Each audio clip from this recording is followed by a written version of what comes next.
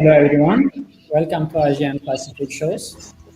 In this episode special, we are going to talk about the Sino-Indian border conflicts and more broadly the geopolitics of South Asia and more broadly its regional implication. My guest is Professor Swaran Singh. Dr. Swaran Singh is a chair and Prof, Center for International Politics, Organization and Disarmament, CPO, at School of International Studies, Jawaharlal Nehru University, New Delhi, and President of Association of Asia Scholars. He is visiting professor, China West Normal University, Research Institute of Indian Ocean Economics, Yunnan, Adjunct Senior Fellow of the Charar Institute, Beijing, Institute of National Security Studies, Sri Lanka, and Sichuan University, Jinjiang College. He is member of Governing Board, Society of Indian Ocean Studies, New Delhi. Welcome, Professor Singh. Thank you for joining me today. Thank you, Dr. Karadag. I'm happy to join your Asia Pacific dialogue, and I look forward to this discussion with us. Thank you very much, Prof. I'm going to start with the border issue of China-India. What are the latest situation of the border of China and India, and what kind of regional effects will the ongoing border problems between the two countries have? Dr. Karadag, India-China border is perhaps world's largest disputed border today. In any case, China has witnessed an unprecedented rise in last 3 to 4 decades. India has also been seen as an emerging economy, which makes the world really feel concerned, or at least aware of how are the relationship between India and China evolving, because their equations or interactions have impact beyond just their bilateral relationship. It has impact at the regional level, and I would dare say even at the global level. Between these two world's largest and second largest nations, and in fact in purchasing power parity terms also second and third largest economies of the world, the most complex issue has been the border dispute. That is partly because both were colonized for a long time by European colonial powers, and when they achieved their independence or liberation in case of China, they became territorial nation states and therefore began to see sanctity of their territories as very integral to their independence. And that has impacted in terms of how both of them have been perhaps far too conscious of not compromising on what they think are their territories. And that makes this very sensitive. They see their independence in terms of achieving claims on territories that they see as theirs. And because there is a clash of perceptions as to what they see as their territories, this has continued to be the most complex of all issues between China and India. But let me also conclude by saying, should conclude by saying, despite this being the largest disputed border on the planet, despite both China and India having very powerful armed forces and they are nuclear weapon states, you would also give the credit that both these countries have made sure that no major conflict takes place because of this misunderstanding on the border. So to me, that is a positive sign that both have more or less managed their disputes on the border fairly successfully. But we also understand, as both of them are increasingly becoming empowered, increasingly becoming global players, these are additional factors or additional variables, because they now meet in various regional and global forums where they also come face to face with each other and they pursue their own national interests in those forums. They have become an additional new variable in how that is influencing what is fundamentally their bilateral border dispute. So it remains most complex, it remains most influential, it remains most sensitive, and of course, as I said, the largest border dispute that the world has. But they have also managed it well. I must say that so far there have been no major clashes, only minor clashes. Ideally, minor clashes should also not happen. But I want to give the credit to people who are involved in ensuring from both sides that these tensions remain manageable and they do not really derail the relationship of these two countries, and they do not derail their own ambitious trajectories of achieving human development, which is the focus of both these countries. So, in that sense, I think it's an interesting case to understand how these two powers are engaging with each other and engaging with other regional and global players. And it is becoming increasingly of interest around the world because both China and India are becoming very noticeable and even influential in how various regional and global issues are tackled. Professor, now the third round of military talks on the border issue between India and China after 2 months gap collapsed, as we heard. And following press release made by PLA indicated that the border issue is about sovereignty. It also seems that there will be no compromise from the Chinese side. And what will be the Indian approach to such an issue? Indian Foreign Minister published a book last year called The India Way, and he's been speaking on this issue himself, which means you can hear it from the highest official level. That the sense is that the template which was set up to conduct relationship with each other between China and India has become perhaps little outdated. So he himself talks about need to find a new equilibrium in the relationship. And what was the framework in which these relationships were working so far? Goes back to a very groundbreaking visit of India's young Prime Minister Rajiv Gandhi to Beijing in 1988, in December of 1988, when Deng Xiaoping and Rajiv Gandhi had a long handshake, and that was seen as resetting of the relationship between two countries after long difficult periods after the war they had in 1962. And the focus of this new template was that both China and India were now looking forward to emerge as powerful economies and wanted to focus on economic development, welfare of their people.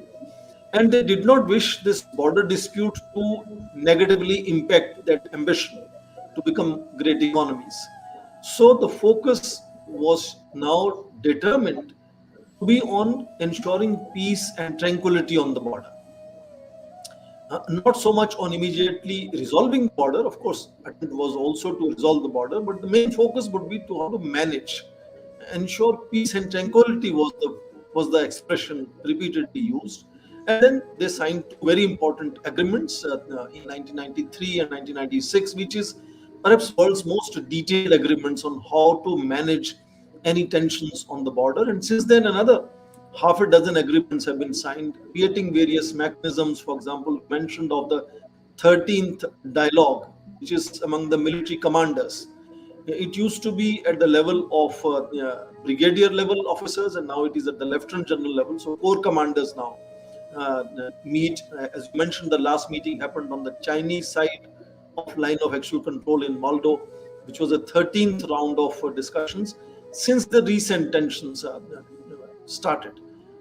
Even as these dialogues are going on, there are other points on the line of actual control where military leaders keep meeting and resolving issues.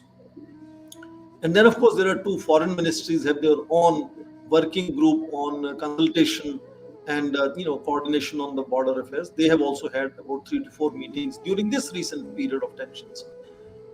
And even while this big debate is going on the western sector of the border, how to disengage and how to go back to the pre-April 2020 positions, even now there are misunderstandings that take place because some parts of the line of actual control are themselves not clear.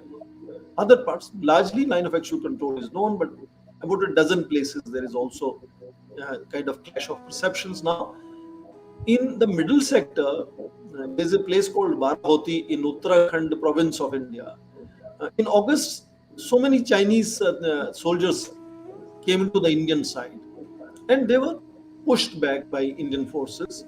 About 10 days ago, another similar thing happened, that on the eastern sector in Arunachal Pradesh province of India, about 200 PLA soldiers came into the Indian side. Then, between military commanders of that area, some conversations happened, and those PLA soldiers went back. So fundamentally, it is the clash of perceptions as to where the line of actual control is, that kind of face-offs happen. Now, I want to underline that the face-offs for about last 6-7 years have become much more frequent, and that is simply because Chinese have done enormous infrastructure building in the frontier areas. If one looks at it in most innocent terms, then I would say that just as any economy, grows very rapidly, it puts more money for all sectors. For example, education sector will get bigger budgets, agriculture will get bigger budgets, so also armed forces will get bigger budgets. So China's military modernization is happening, which includes building infrastructure on the border areas. That's an innocent definition. To some extent, India has also done likewise, because India's growth rates also touched about 7 to 8% per year. So India also allocated more money. So in that sense, infrastructure being better in frontier areas means that soldiers can move forward much faster. They can move forward in larger numbers. They can move forward with heavier equipment. Now that itself, and I'm saying this is the most innocent way of looking at it, without putting any, motives into it. That means that soldiers have more frequent face-offs, and because they come in larger numbers now and with heavier equipment, because infrastructure is better now, it also makes those face-offs rather intense. They are not innocuous and simple, few soldiers meeting each other. Then you see larger. I just mentioned 200 soldiers coming 10 days back in eastern sector. So that makes the face-offs much more frequent and much more intense, and that puts certain amount of stress, fatigue, pressure on soldiers who are posted there. After all, they are human beings, and they are likely to lose temper in certain situations. So one could now add on to that the fact that President Xi Jinping is seen as a leader who's replaced China's century of humiliation narrative with rejuvenation of nation narrative, and he's given specific benchmarks as to where he wants to take China. 100 years of party, for example, this year, he believed that on this year China would eliminate acute poverty in China, and they claim that they have actually eliminated acute poverty in China. Like that, in 2035, he wants to make sure PLA becomes a world-class armed forces, which can not only fight but also win wars. Like that, in 2049, he's put a target of making China as a beautiful, democratic, most developed country, etc., etc. Now, world sees Xi Jinping leading a far more assertive China, and that message goes right down to the cadre of soldiers who are patrolling the border. So one can notice that perhaps there is a greater assertiveness, if not aggressiveness. I'm trying to be very polite. And this together, the process has resulted in, as I said, much more frequent and much intense face-offs. Now let me go to the last year in April, how it began. For the first time, simultaneously at 4 places on line of actual control, there were face-offs like this. And then it had never happened at 4 places simultaneously things began to happen. And then it perhaps led to a certain situation where the place where the clash actually happened, where some of the soldiers were martyred, is because both local commanders had agreed that both sides are going to go back, and Indian local commander with his few soldiers had gone across to check that Chinese soldiers have gone back. And agreed. It was mutually agreed that they are going to go back. Now it seems that soldiers had not gone back, and some people will keep interpreting these things, but both sides blame each other. But ultimately, the tragedy is that some people had to be martyred in that. So we lost some of the soldiers, which is something that had never happened for about last 35 years. So in that sense, that created a new kind of situation where negotiations are taking place. And the realization now is that maybe we need to create a new template. The last template had focused on ensuring peace and tranquility so that economic development can happen. But now China's enormous economic development has resulted in China converting its economic leverages into political influence, into military modernization, and that has given it a geopolitical color.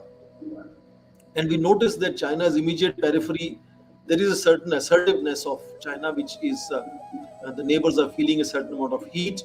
United States is feeling the heat in the entire Indo-Pacific region. So United States and friends and allies have put together several new initiatives like the Quadrilateral Security Framework, or more recently launched AUKUS, Australia, UK and US military alliance, and of course Five Eyes, which is a network of intelligence agencies of Canada, Australia, New Zealand, UK, and US, which President Donald Trump had revived. So there are completely different kind of equations that China now has with all its neighbors, including India. And that is why these negotiations are prolonged, but it's a good sign that both are willing to constantly talk. So I would not describe 13th round of discussions between core commanders as a failure, because they have repeatedly spoken to each other, and not in every meeting they have achieved any breakthroughs. Until June this year, July this year, certain breakthroughs were achieved. So in some areas, for example, there's a place which is a Pangkongso Lake, and both sides of that lake, soldiers had gone back. Then, of course, some other places also soldiers were going back. For example, Gogra Heights, for example, is one. But there are many other points on which there is still understanding to happen. And let me just quickly add two things. As I'm repeatedly saying, there is need to redefine and create a new framework. Some of those attempts are also being made, both negative and positive. Now, you could decide what you think is positive and negative for yourself. China, for instance, has created some new points of tension on the line of actual control where there was no confusion earlier, but now there is. So these are being described as gray zones, which, are they point of conflict or are they not point of conflict? It's a gray area now. Second innovation which is happening is that they are creating buffers, that let us freeze the situation until we find a solution, and treat these some of the areas where soldiers are really closer to each other, and let's not have them really eyeball to eyeball, and ensure certain distance. So create those basic buffers that no movement will take, no unilateral change of the ground situation should take place. So some of the very minuscule innovations are also being tried on the ground. But I think the broader understanding is that there need to be now a new framework. Both leaders, Xi Jinping and Indian Prime Minister Narendra Modi, you would remember that in April 2018, they had met in Wuhan and started a new mechanism called informal summit meetings. They also met later in October of 2019 in south of India, in Mahallipuram, to continue those informal summit meetings, and some new initiatives had happened out of it. For example, there was a new model of 2+1, because India is not part of a Belt and Road Initiative, so Chinese had created a new model where separately China and India would work as equal partners investing in third countries. It has not taken off because of tensions that have intervened into the situation, or both had also decided to give a direct strategic direction to the armed forces to ensure peace on the border. So that thing was being attempted, that two leaders could perhaps create a new frame of relationship, so that interactions in today's world where China and India have changed can still ensure peace and stability and possibly resolution. But that was intervened by circumstances. First, for example, by Doklam, 2017, you would remember, for 73 days there was a standoff. Then this continuous standoff on the border from April last year, which is 2020. So that opportunity which both leaders were trying to sort of utilize has not perhaps reached its conclusion as of now. So I think it's a work in progress. Both sides clearly understand that they need to engage each other in a very, very different framework now than the frame that they have used for reference so far. So I am a cautious optimist on the subject then, because we have to be alert all the time. Forces are deployed on the border, and these are not easy borders. There is extreme cold conditions here, high altitude conditions, and if can be resolved earlier is better. But it's not just limited to land anymore, is what I'm saying. The larger regional global equations of China and India are the new variables that also influence how these countries deal with each other. And very often, let me just close after this on this part of our discussion to say, very often there's a perception in India that because India has gradually moved closer to United States is why Chinese have perhaps ratcheted up, sort of pushed up the kind of tensions on the border, which is signaling to India that they are not happy with the way India is conducting itself in international affairs. So that is why regional and global equations are now influencing the bilateral equations, is what I'm underlining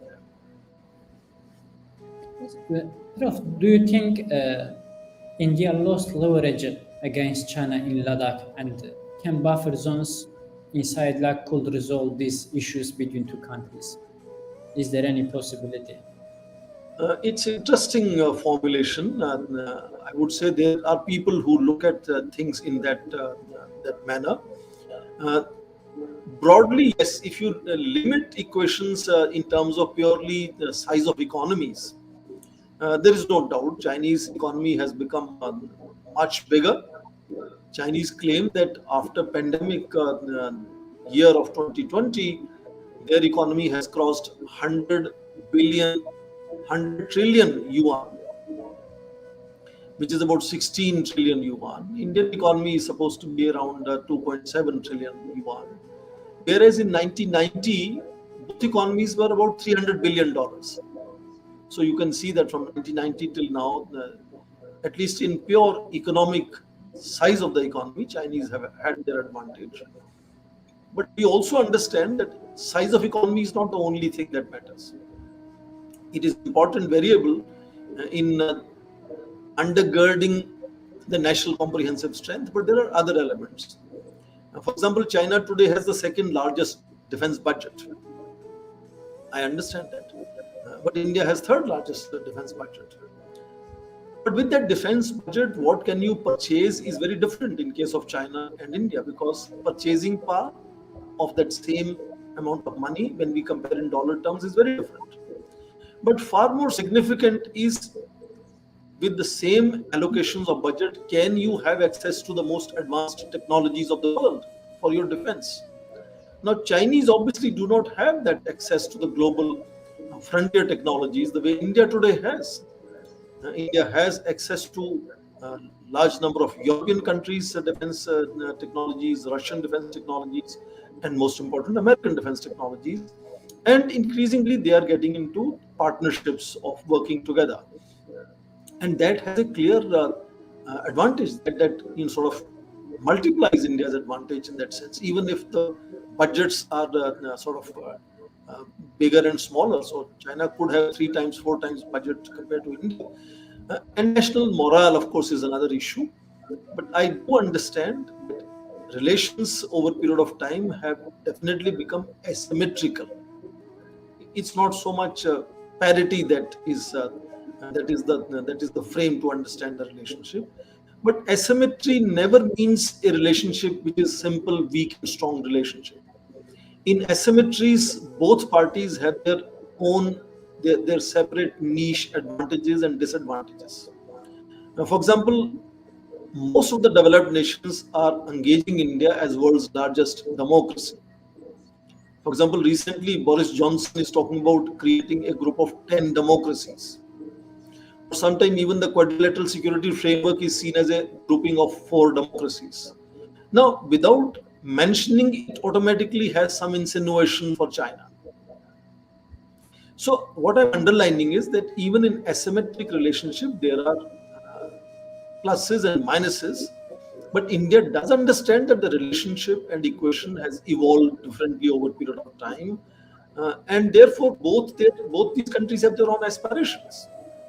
For example, Chinese would like to make sure that India stands as a large neighboring country with one China policy. China would like to see the largest economy in the neighborhood, which is India, becomes part of Belt and Road Initiative. China would like to see that India, treats Tibet as integral part of China. So China has its own axe to grind, needs India for these things.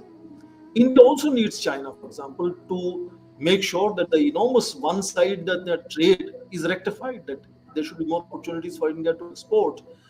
The trade deficit is an enormous problem in that sense. That it does not really go on in sort of intervening in neighbors of India with an eye on India to keep India tied down, as we say, to South Asia. So India has its own reasons, also how India wishes to engage China. And that's why you see India still sits in Shanghai Cooperation Organization as a full member. India still engages China in BRICS nations groupings. So it is far more complex, is what I'm underlining. It's not simple, big, strong relationship that because China has grown as a big economy. Growing big economy has, in fact, also its own challenges. United States and its friends and allies are now kind of coming together to make sure their so-called shared China challenge is tackled together. So you see, they are also launching several initiatives coming together.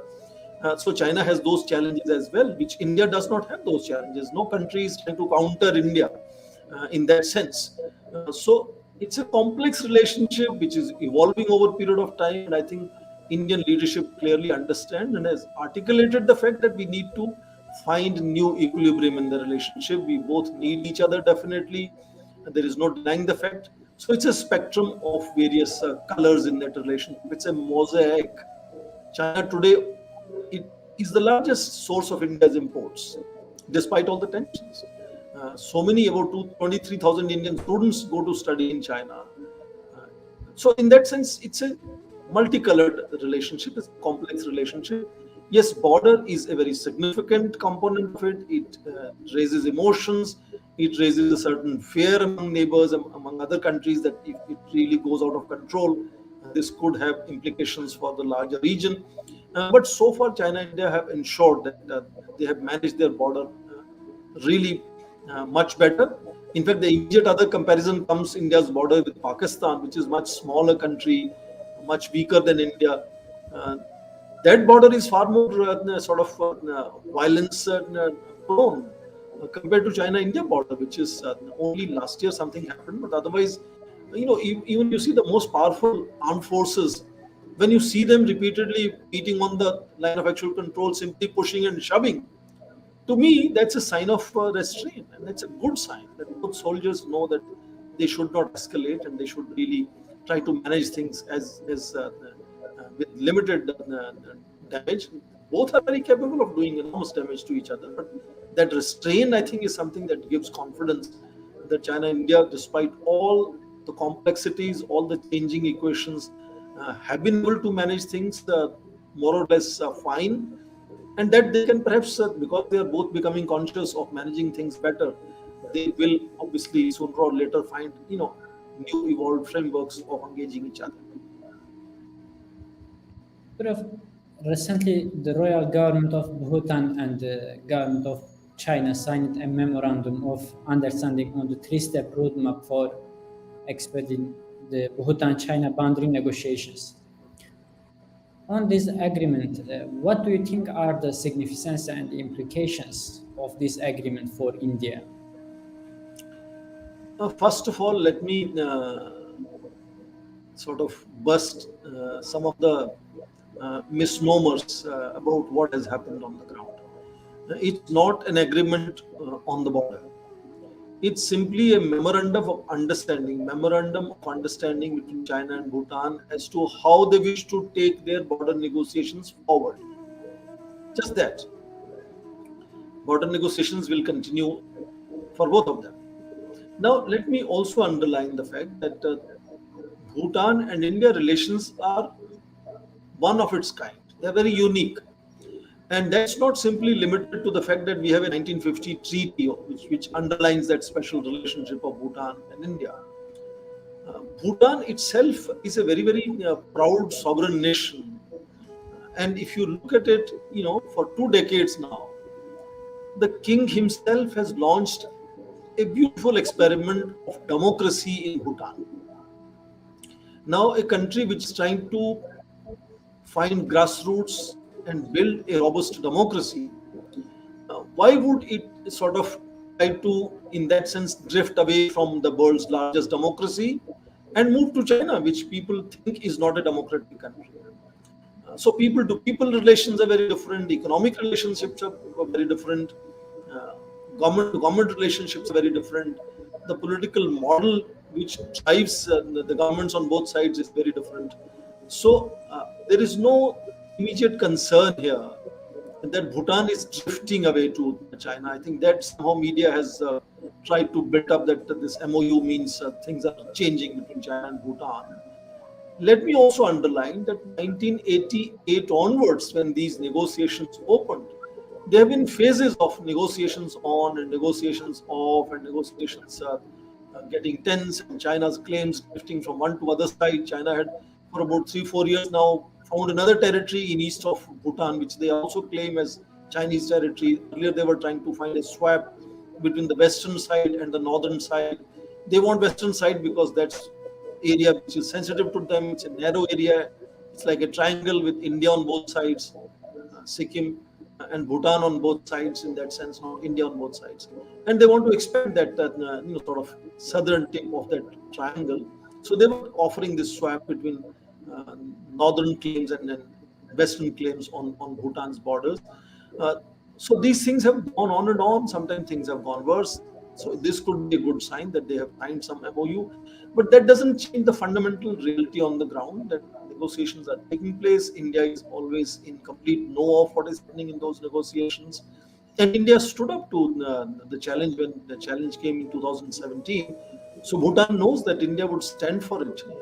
India is a reliable ally in that sense.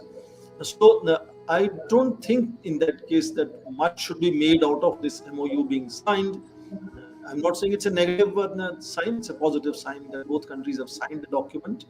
But that's not to be understood as a drift of Bhutan from away from India and towards China. I'm going to ask one question about the reapproachment between China, Pakistan, and recently Afghanistan. What kind of implication of this nexus will have on India's geopolitics?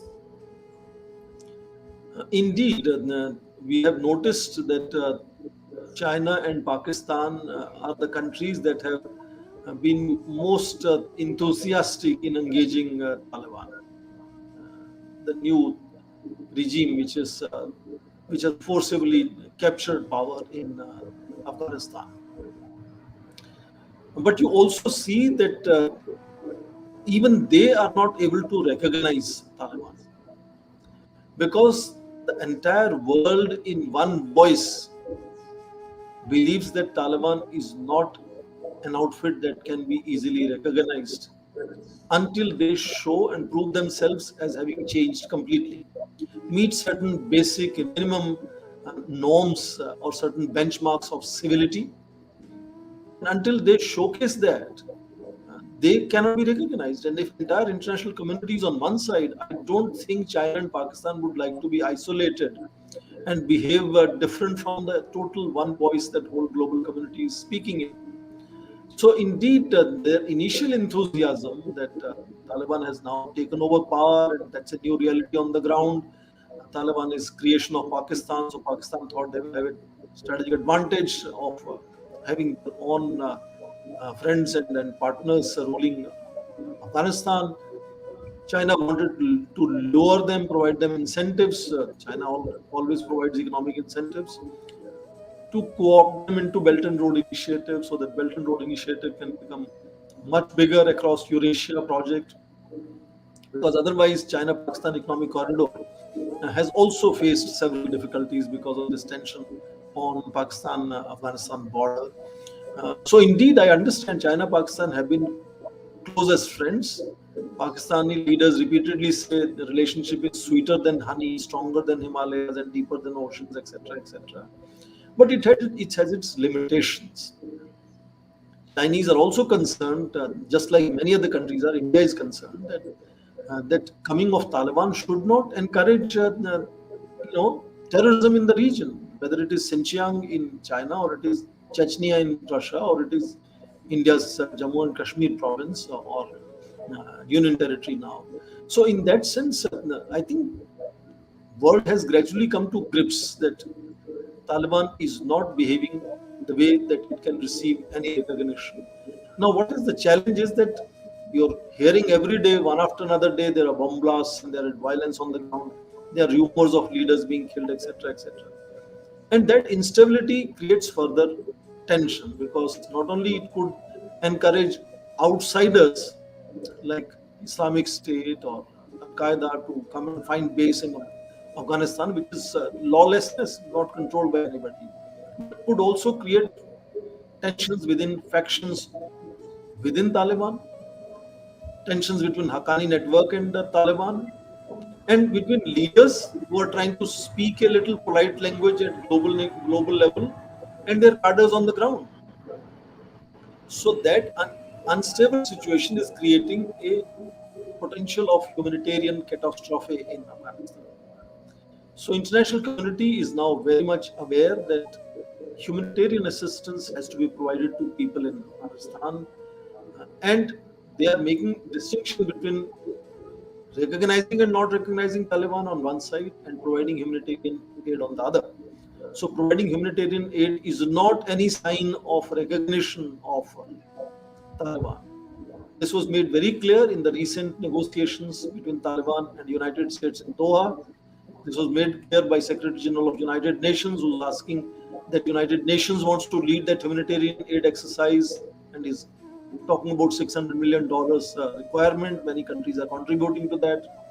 Then, of course, we had G20 meeting talking of same things that we need to really go and help humanitarian situation in Afghanistan. Now, Taliban has here an opportunity to showcase that they are willing to allow United Nations and other international agencies to go into Afghanistan, provide financial aid without Taliban being the conduit, because nobody trusts Taliban and they will not provide aid through Taliban, because that will be counterproductive, not only discriminatory, that will be counterproductive. It will be feeding their cadres who are going to create much more chaos and danger and violence. So I think here is an opportunity that Taliban should come up and say we will ensure safety and security of international agencies. These international agencies, they were already in Afghanistan. They know how things work on the ground. They are not going to go and explore how to do things. They are very familiar with ground situation there. So they will hit the ground running as soon as they arrive there. So I think gradually both China and Pakistan are realizing that they cannot easily use Taliban to sort of create a new axis of China, Taliban, Pakistan, which should worry India. Of course, it will worry India if that kind of thing happens. But India has constantly been also engaged at all various levels, whether it is the European foreign minister, or the United States, or it is other outfits, for example, even including Shanghai Cooperation Organization had its CST outreach. Indian Prime Minister spoke there, Indian Foreign Minister was there on the ground. So also with the Taliban, there is a certain level of communication with Taliban. And also with the other neighboring countries. Russia and Iran are very friendly to India, and both are very, very clearly engaged with Taliban. Both have received delegations of Taliban.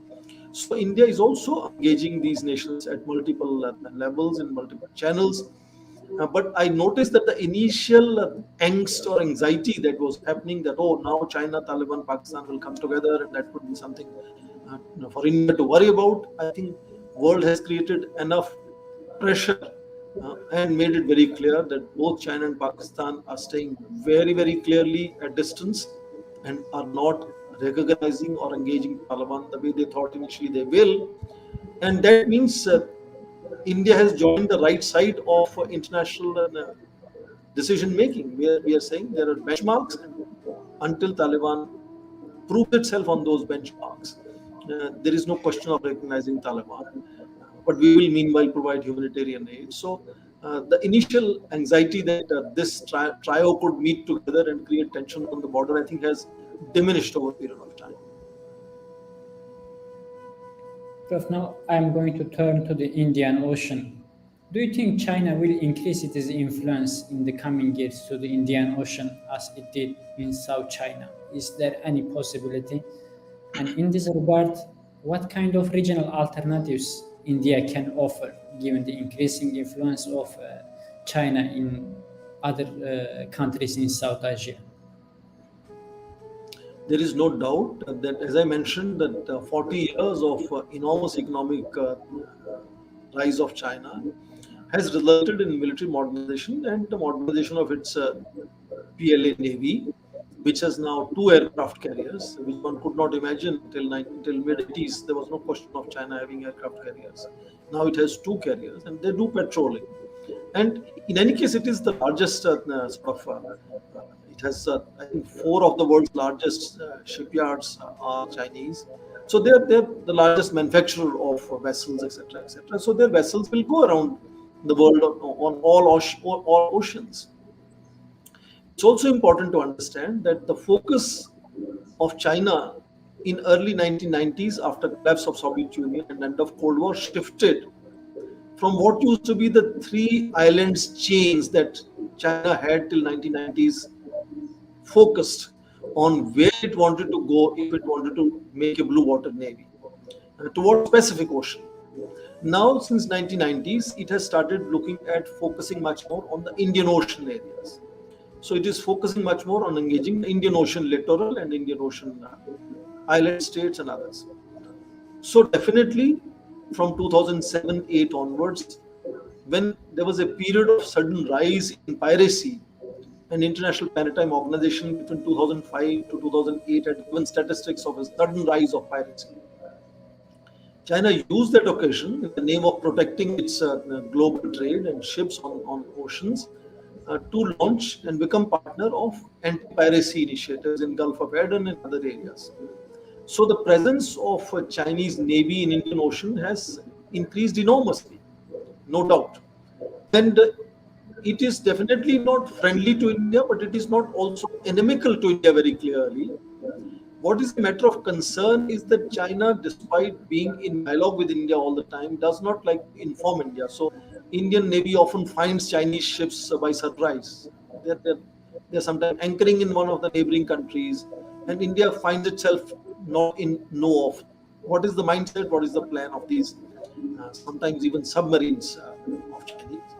Of course, India has over a period of time enhanced its monitoring capabilities, and we are able to monitor Chinese ships coming into Indian Ocean or underwater unmanned vessels also. Also, we can monitor them much better.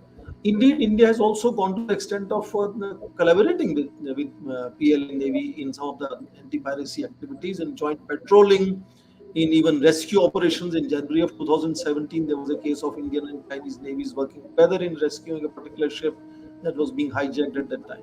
So it's not only one kind of equation, as India notices Chinese navy appearing in much larger numbers into Indian Ocean. This whole story about string of pearls, where China has over a period of time worked on various ports, built new ports. Even recently, for example, now it has access to Djibouti. India likewise has also expanded its access to various ports in various countries, sort of whether it is Malaysia or it is Iran or it is various other island states in the Indian Ocean. So India also is expanding its access and engagement with some of these countries. Yes, their Chinese Navy is influential compared to where it was. But is it influential compared to Indian Navy? No, that's not a possible proposition. That's a ridiculous proposition because India has enormous advantage of its location. India jets out very clearly into Indian Ocean. India has a tri-services command in a very strategically located Andaman islands of India, Andaman and Nicobar Islands of India. India's large naval commands are on both sides of in the Arabian Sea and Bay of Bengal. So India's preponderance in that sense, and India's traditions of having two aircraft carriers, even when India became independent, is very different. Now, it sure means India has to be much more alert and careful about what Chinese Navy is doing in the region.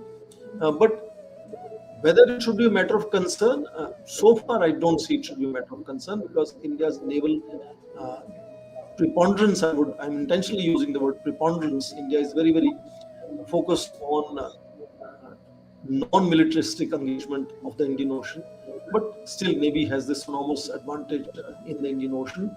The kind of initiatives that India is focusing is not to compare naval power. For example, in 2015, Indian Prime Minister had launched something called Sagar, which is security and growth for all in the region in Indian Ocean.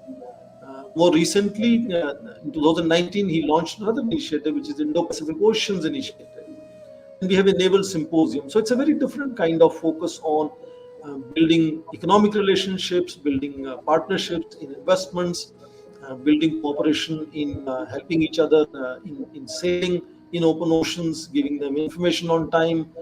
All primarily, even navies are focused. All their exercises increasingly are focused on HADR, which is humanitarian assistance and disaster relief. And one can notice India's role in tsunami, post-tsunami, and in the pandemic and post-pandemic situation.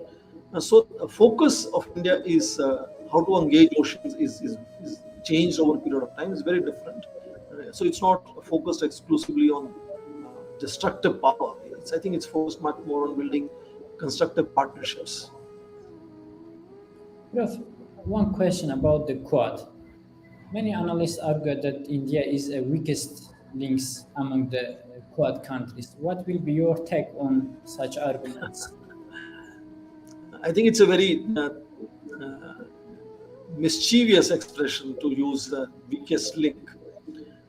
India is, other than United States, the largest economy, the Population? largest society, largest military, which is in the Quad. I think why this is said weakest link, because both Australia and Japan are in alliance partnership with the United States. They have military alliances with the United States, which India does not have, and India is not willing to have a military alliance. India is very conscious of what is called strategic autonomy of India. That's why I just mentioned to you, just as India sits in quadrilateral security framework, India also sits in BRICS groupings. India sits in Shanghai Cooperation Organization, where it engages Russia and China, which are normally seen by the United States as its main competitors. That is what is leading United States to create these initiatives like the quadrilateral security dialogue. So India believes in multi-alignments. India believes in strategic autonomy. So India, in that sense, is intentionally showcasing that it stands at variance compared to other countries like United States, Australia, and Japan. They may have, of course, have a set of shared understandings, shared challenges, shared values. No doubt they have those things. But India's perceptions are at variance very clearly. India's Prime Minister, in a speech in June of 2018 in Shangri-La Dialogue in Singapore, had outlined how India sees Indo-Pacific region and said very clearly, we don't want to see it either getting militarized or becoming an exclusive club of any few nations. And India has since then said India is happy to see even Russia and China join these narratives and dialogues and meetings. So therefore, you saw the creation of AUKUS of UK, US, and Australia was to underline the fact that quadrilateral security dialogue is not going to be a military alliance. That's not going to be Asian NATO. And if United States wants to create some kind of an arrangement of that nature, it has to look for other partners. So in that sense, India has clearly put its vision out for everybody to understand and see, and it would engage those countries on its own terms. Yes, all of these want to make sure that the China challenge is tackled in such a fashion that there are certain guarantees that China would play by the rules, China would respect the norms, will respect international law, be fair to other countries. And that is the only aim. It's not otherwise only China-centric. Because if you look at their initiatives, the first quadrilateral security dialogue leaders summit meeting in March 16 this year had created 3 working groups. First group on critical technologies, second group on climate change, and third group on pandemic. None of the 3 had anything to do with China.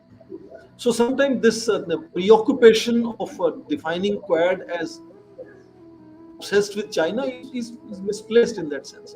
I'm not saying that China consciousness is not there. All 4 of them see China as something that concerns them. China's rise and assertiveness concerns them. But that's not what drives them. Ensuring peace, stability, prosperity in the region, ensuring ASEAN centrality in Indo-Pacific region, so that we still make sure that countries play by the rules, by the norms, international law is respected by all. That is the focus of quadrilateral security dialogue. So, in that sense, I think that suits India, because India is very happy to participate in initiatives that want to work in that direction. India is not comfortable in military alliances, so India has not joined any military alliance, and United States understood and created another military alliance. In fact, it's interesting to see that even Prime Minister of Australia, Scott Morrison, recently after return from United States said, "Oh, it's not a military alliance." So you can see there is a certain reluctance even on part of Australia to really let that happen, because all these countries are next door neighbors to China.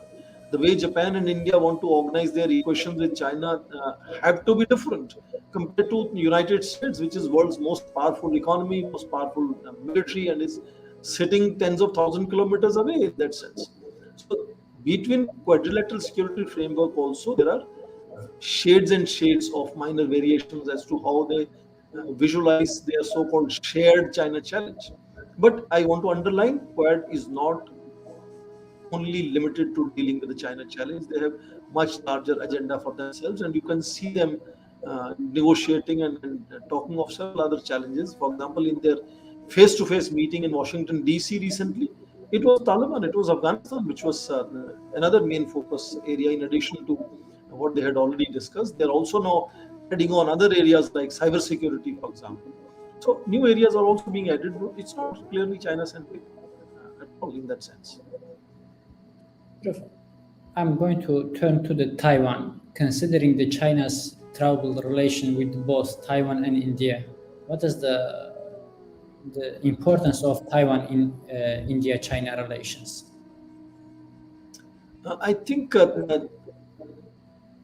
Taiwan is an extremely sensitive issue for China. And when countries begin to engage Taiwan, it rattles Beijing very clearly.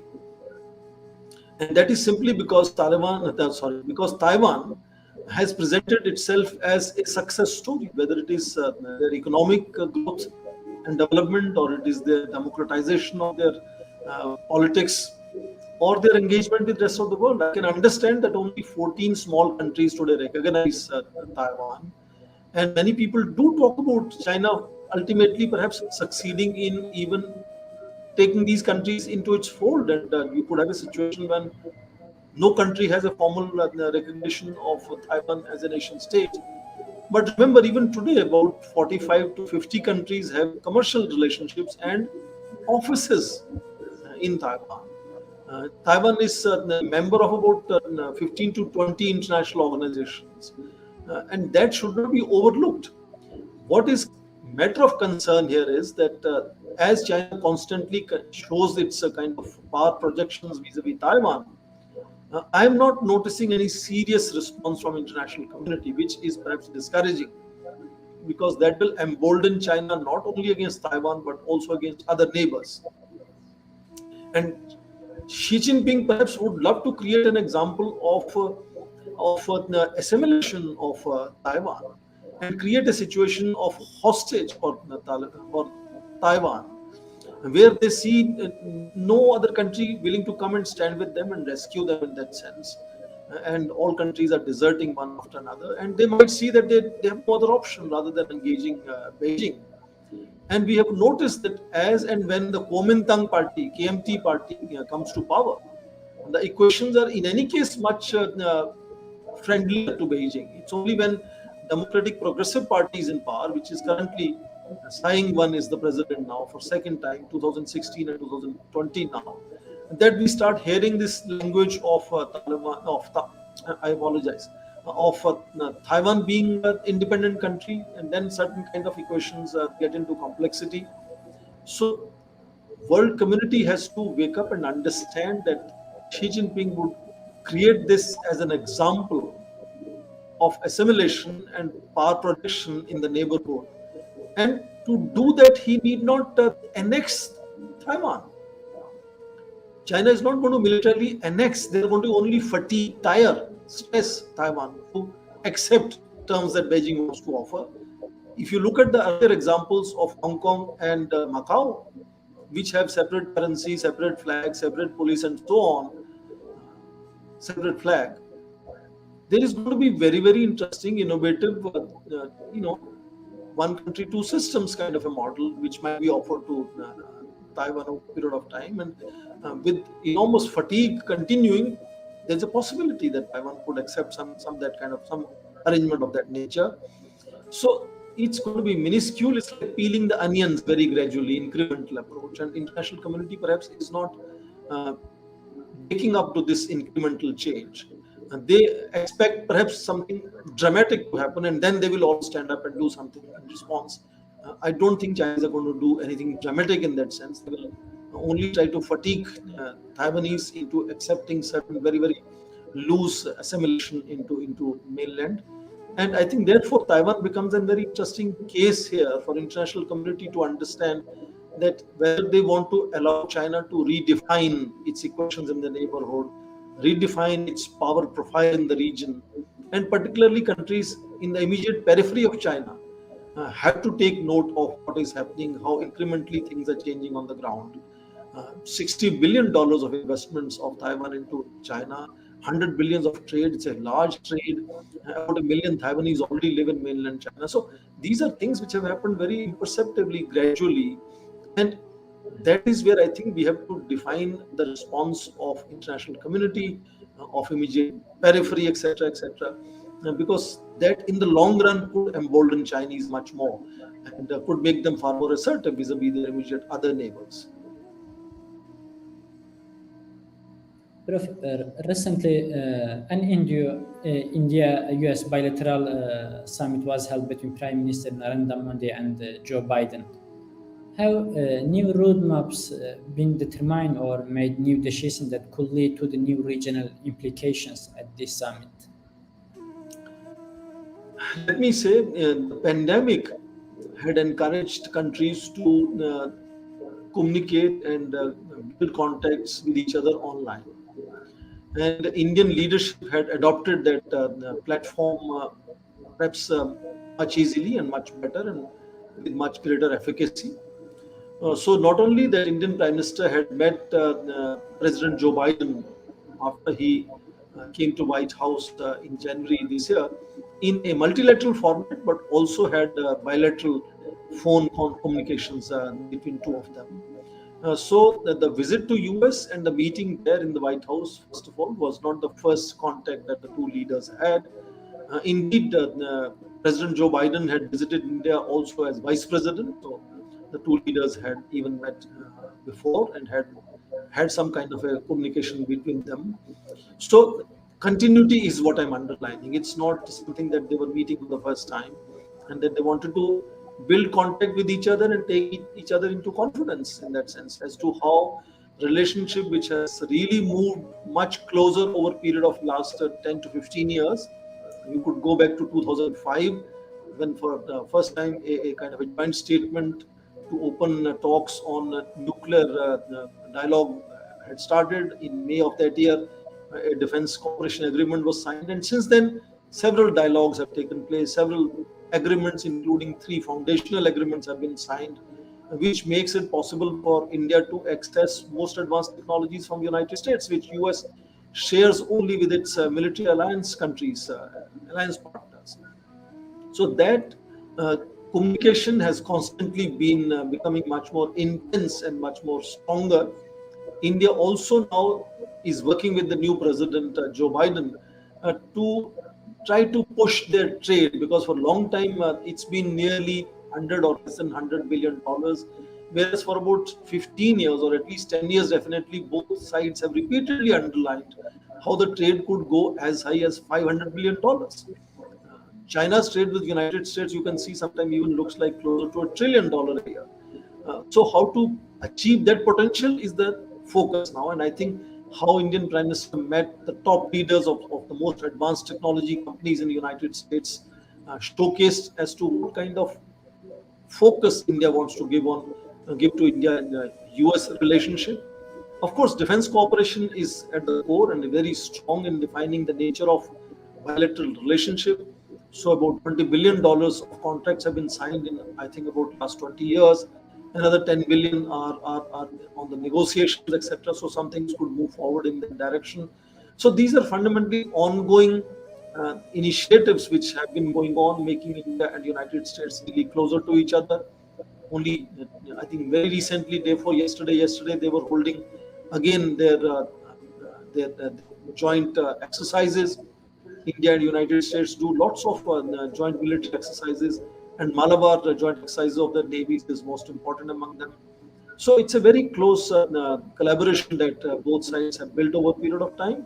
And this was just, I think, primarily, let me say, stock taking exercise. When both leaders met face to face, they were kind of reassuring and explaining things to each other as to how to accelerate the development of relationship between two countries, and how to expand that relationship beyond being far too much focused on in terms of military collaboration and defense partnerships, but also build other critical technologies partnerships, and how to together also focus on addressing pandemic, addressing terrorism, and other areas where United States and India also need to work together. So it was, as I said, fundamentally a reassuring and stock taking exercise, I think, that took place when Indian Prime Minister Modi and President Biden met face to face in White House. Prof, my last question will be about the AUKUS agreement. Much has been written and spoken about the AUKUS agreement.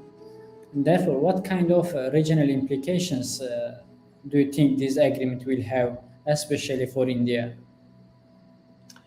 Uh, Official response, we have seen that when they were in Washington DC, both Indian Prime Minister and Japanese Prime Minister, at that time Prime Minister Suga, had welcomed AUKUS. But it has raised several eyebrows, especially the response that came from France. A pretty firm and strong response of drawing ambassadors from Australia and United States had showcased how United States could perhaps change course suddenly, and whether one country should trust United States completely. So some of these questions had erupted during that period of time. That why was this AUKUS being created out of blue without other partners really knowing that such things, such negotiations were happening, and also because France was the country that lost a major defense contract for diesel submarines that Australia was negotiating. It was also a financial and technology hit in that sense for France. But I understand that AUKUS is perhaps drawing far more attention in media than it should. It's announced, and announcement could be seen as a bit of a surprise, but its operationalization on the ground, in which perhaps far too much focus again has gone on one item of nuclear submarines technology being transferred to Australia. It also has other components. Uh, itself is going to take several years. Uh, there could be, alliance partners, and that could accelerate the transfer of technology, perhaps. But if I was to give an Indian example, it was way back in 2005 that India started negotiating with the United States to procure civilian nuclear technology, power reactors from Westinghouse, General Electric. Now, 15 years down the line, we are still to receive them. So, sometimes actual transfer of technologies on the ground does take its own time. There are other hiccups that one country has to cross into doing that. It's not simply deploying American nuclear submarines on Australian ports. What makes it interesting is that they're going to receive transfer of technology. The Australian Navy will be building these submarines over a period of time. That is what made it sensational. But I think it's going to be really taking a long time before it becomes really any influential triangle to showcase certain impact on Indo-Pacific region or show impact to China. I just mentioned to you that on return from United States, Prime Minister Scott Morrison already said, "Oh, it's not military alliance. That China, Russia are welcome to join these kind of initiatives in the Indo-Pacific region." also shows the kind of a conscious approach that Australia has on the subject. They have had experience of tough talking from Beijing, and tariffs being sort of based to create difficulties for exports from Australia to China. So they have also kind of learned lessons as to how to deal with China over a period of time. So yes, AUKUS is a new initiative. It's very clear now that this does not undercut at all the quadrilateral security dialogue, because that was another question, whether it is going to undercut the quadrilateral security dialogue's mandate or efficacy. That's not happening, because this is a very limited mandate that AUKUS has, and quadrilateral security dialogue has a much bigger mandate and very different mandate. So it's positively, leaders are saying it's going to be complementary actually with each other, because there are not going to be much pressure on India in the quadrilateral security dialogue to push towards militarization related initiatives, because that component has now moved away into AUKUS. So India can perhaps feel far more relaxed of not being under any stress, because if you remember the kind of language and speeches that Mike Pompeo, for example, the last Secretary of State, used to talk about, and how he used to repeatedly focus on China in even in quadrilateral security engagements, that perhaps is going to be the matter of past now, because there is a clear distinction between what AUKUS is supposed to do and what quadrilateral security framework is to do, and that comes as a relief to India to stay robustly engaged in this initiative and play its role and make its contribution to ensuring peace, prosperity, and stability in the Indo-Pacific region. Thank you very much, Prof. It is a really great pleasure to host you on my shows. I hope Thank you. we can meet in another shows also. And thank you for sharing this great horizon with me, with my audiences. It's a really great pleasure for me. Thank you, Dr. Karadag. It's a pleasure talking to you, and I look forward to our continuing discussion at some later stage as well. Best of luck to your Asia Pacific dialogues, and I wish to also make sure I watch them and listen to other experts talking on these issues. Thank you for hosting me, and I look forward to our continued discussion. Thank you, Prof. Thank you very much.